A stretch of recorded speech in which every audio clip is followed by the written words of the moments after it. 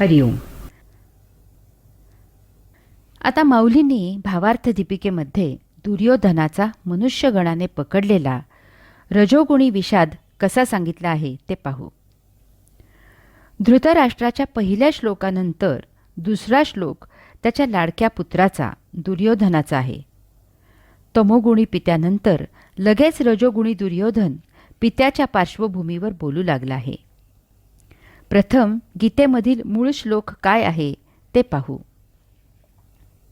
संजय उवाच दृष्ट्वा तु पांडवानीकं व्यूढं दुर्योधनस्तदा आचार्यमुपसंगम्य राजा वचनमब्रवीत.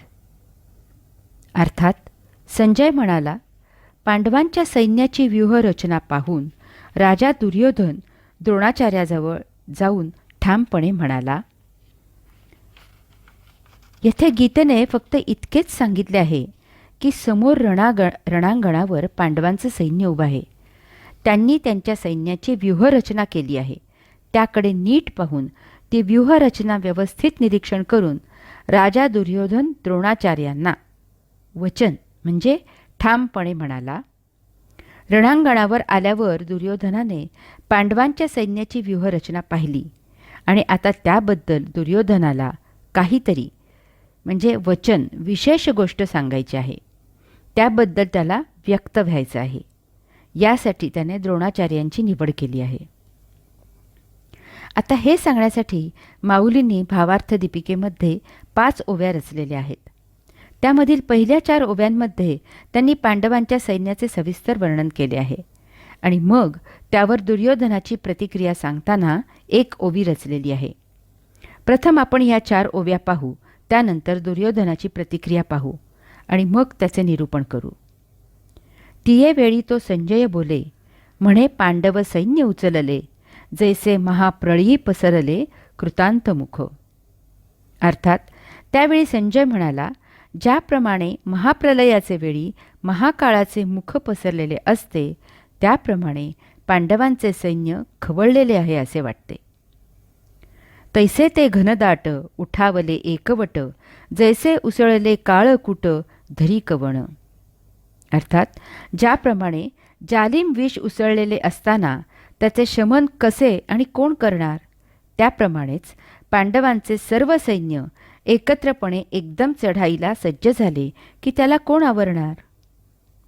ना तरी वडवा नळू साधुकला, प्रळय वाते पोखरला, सागरू शोषुनी उधवला अंबरासी. अर्थात किंवा ज्याप्रमाणे वडवा नल पेटतो आणि तो ज्या प्रकारे प्रलयवाताने भडकून समुद्राच्या पाण्याचे शोषण करत आकाशापर्यंत प्रदीप्त होतो, तैसे दळ दुर्धर नाना व्यूही परिकर, अवगमले भयासुर तिये काळी. अर्थात त्याप्रमाणे पांडवांचे ते भयावह सैन्य अनेक प्रकारे व्यूहरचना केलेली असल्यामुळे त्यावेळी ते महाभेसूर दिसले. पांडवांच्या अशा प्रकारे व्यूहरचना केलेल्या सैन्याचे वर्णन मूळ गीतेच्या श्लोकामध्ये नाही, तरीही माऊलींनी ते 4 ओव्या रचून सविस्तरपणे सांगितले आहे. इतकेच नव्हे तर त्यानंतर त्यावर 1 ओवी रचून दुर्योधनाची त्यावरील प्रतिक्रियाही दिली आहे.